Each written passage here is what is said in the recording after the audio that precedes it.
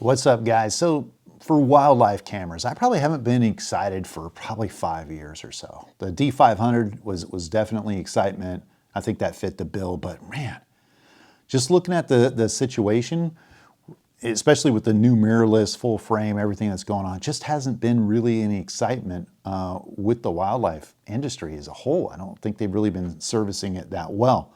So when I heard about the R7, oh yeah, I was pretty stoked because I heard rumors of this, and again, ignored a lot of it because I just didn't want to be disappointed, 100 megapixels, 1,000 frames a second for $30 type of situation. Then when you get to the realization, people are kind of deflated. I had a rough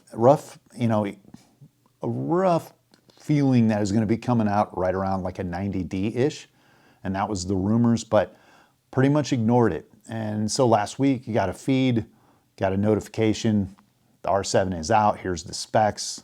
I'm very excited. I immediately was in the car, wife was driving, I pre-ordered right in the car at Adorama. And then later that day, got home and listed my Canon 90D for sale. And that's it. Having so many cameras around. 90D is an awesome camera. To me, it's for the DSLR right now in the industry, it's probably the best wildlife DSLR out there. I know the D500 would give it a run for its money. There's some pros and cons to both, but yeah, as far as the reach, megapixels, image quality, I'd definitely give it to the 90D Canon. But the R7 seems to emulate that. And the reason why I'm so excited is because all the offerings from all the other manufacturers, including Canon, just haven't really listened to the users. They're bringing out these super expensive cameras.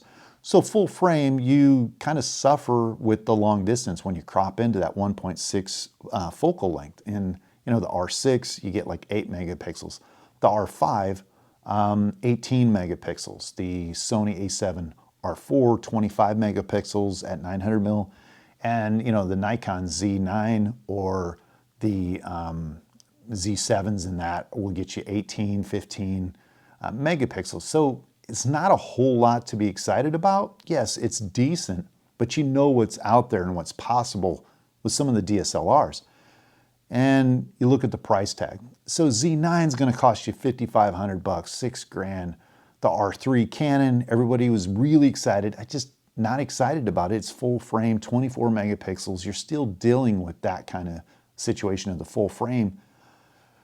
That's $5,500. The R5 is $3,800. The Sony A7 R4 is the closest thing, and I think that's probably the closest deal right now is the Sony A7 R4 for what you get 60 megapixels and then 25 megapixels in crop mode with some digital enhancements and digital zoom. It's a great camera, but it's $3,500.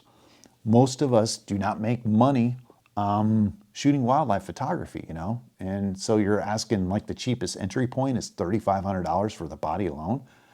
Yeah, and that's not to mention the lack of lenses currently from Nikon that fit the 600 mil range, 800. They coming out with an 800 mil f5.6 or 6.3 for $6,500. Everything else you have to adapt.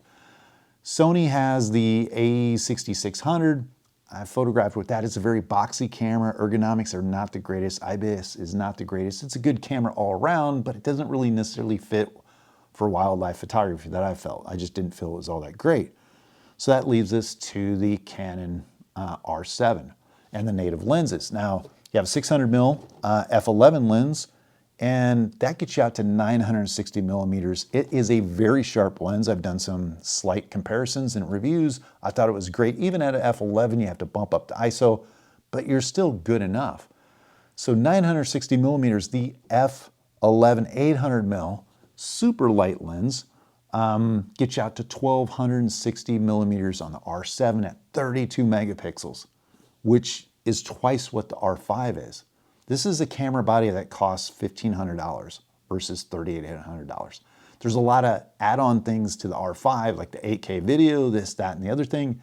That just doesn't really matter. Now, I know there's going to be compromises with this camera. I've already heard some people kind of not happy. The weather sealing is only like 90, up to the specs of Canon 90D, not the 7D, Mark 7 or whatever. But, to me at this point, beggars can't be choosers. If you look at the industry as a whole, yeah, they've been sandbagging it with their lenses and their availability for full frame and wildlife photographers like us. And that's where you kind of have to feel, yeah, the Canon R3 and the price of that.